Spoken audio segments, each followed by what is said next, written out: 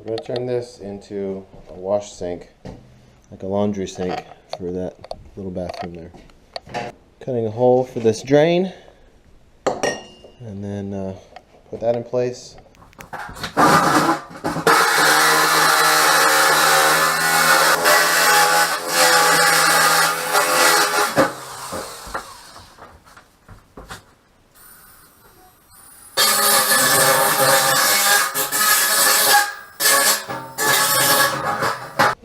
Share something with you here. I don't know if you can see it or not, but this is one problem with these, is that this isn't sitting flush with the bottom, so naturally there could be some water that pools there. I don't know if that'll make it rust out eventually. Probably will, even though it's galvanized. The galvanizing is just a layer, and I've cut through it obviously, so it may not last forever, but we're going to try it and see if we can. I might try and caulk the seam there just to help that gasket out. But anyway, that's the idea. So now I just got to make a support base out of some thick plywood that I'm going to drill a big hole in. So this is how this little frame will work. You can see there's a French cleat right there, which was built into this frame. So it'll kind of sit right on there. Okay, so I've just got a little car jack here and a piece of scrap wood, and I've got this base sitting on the ledger, and I need to get it obviously level. I've got 2 table legs, and this is a slate floor, so it's got some natural unevenness to it, or bumpiness to it. So I wanted to basically get this thing level, and then I'm gonna potentially cut each leg at a slightly different length so that this thing stays level when I install the legs.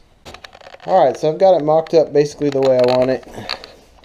Now I just need to, I'm going to take it off the wall and sand it down and paint it. And now this is a little sweet pedestal. Boom. Ta-da! Paint on it.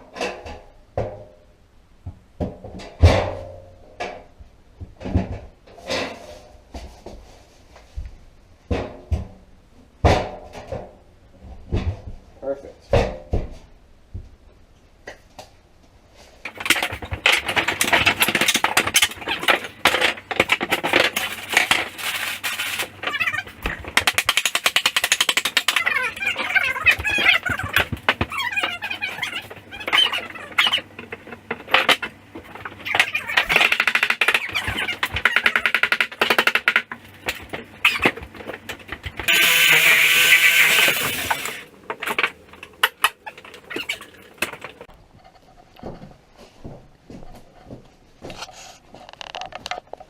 That's you.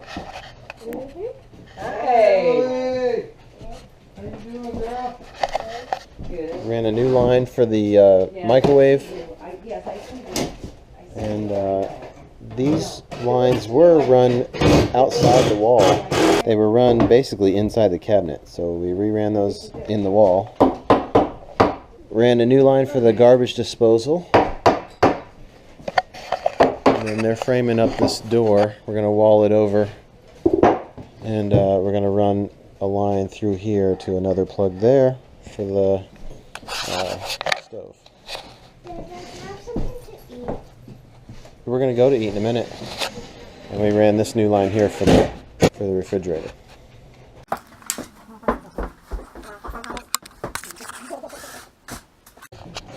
That's perfect, right? Yeah. Right here used to be a door, and I'm trying to fit in these old pieces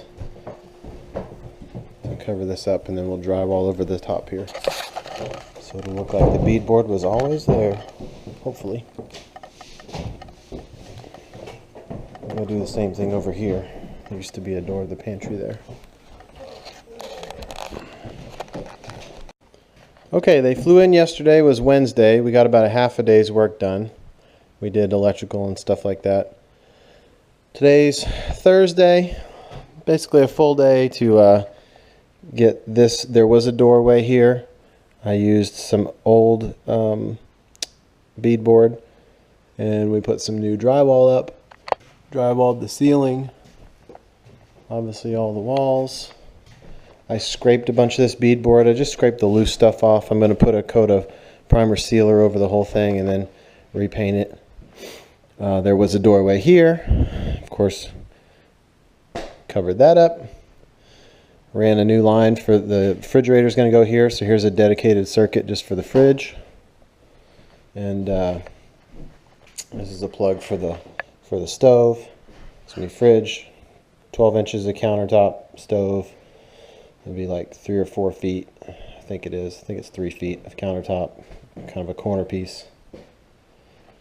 Anyway, you can see we took off the window trim so we could get to the sash weights, because we're going to restring all those and get these windows kind of stripped down and repainted and working again. Replace the glass, especially this one's got a big crack in it. I'm going to replace this one for sure. Replace that one. This one's got to be replaced. This is, I think, the only one that's okay. We got our drywall up, and we got the first coat of mud on the tape. And we've scraped and sanded all the beadboard and repaired or added some of this railing. And we are about to tape off the doors and put some drop cloths down. And I'm going to spray some primer sealer on all of the beadboard and trim. I'm actually going to take some of these studs, this stud out here, and because it's all wonky and it got pulled away from the wall when that side of the house sunk. So when I lifted it, for whatever reason, this didn't push back in. So I'm going to tear that down and put a double stud in there before I close this wall back up. All right, I just sprayed a primer on the beadboard. Okay, so Dad and Brenda just left. I just dropped them off at the airport Sunday morning. And this is how far we got. We basically got a second coat on the joints. So today I'm going to give this a quick sanding. All these joints are pretty flat now, which is nice. They all turned out real nice. And we only had to do 2 coats. I just textured the ceiling. Basically, I just used a kind of a thick roller with, they call it spray texture, but you can thin it down and roll it on too. And so the ceiling will have kind of a prickly, not popcorn, but just a prickly kind of rolled finish. And then use the same stuff on the walls. I'm about to do that too. This is an up close of what the ceiling will look like. You can see it's kind of, almost looks like sandpaper. But this is what I'm actually going to do to the walls. It's kind of the same thing I did in there. It's just a troweled on with this right here, which is actually a taping knife, but it makes a nice pattern that looks kind of like, what do they call it? Kind of like hand-laid plaster. It's relatively smooth. I don't like it real thick and heavy. I like it kind of clean and light looking.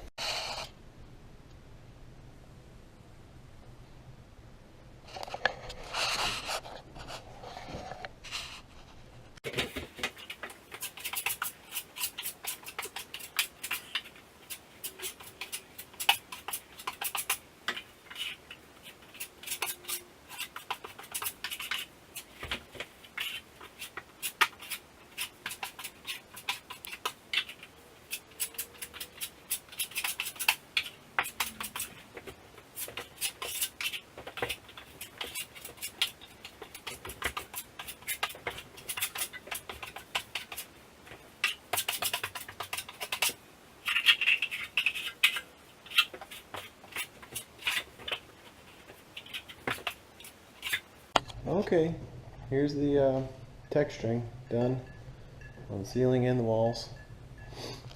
I'll let that dry overnight, and then tomorrow I'll paint the ceiling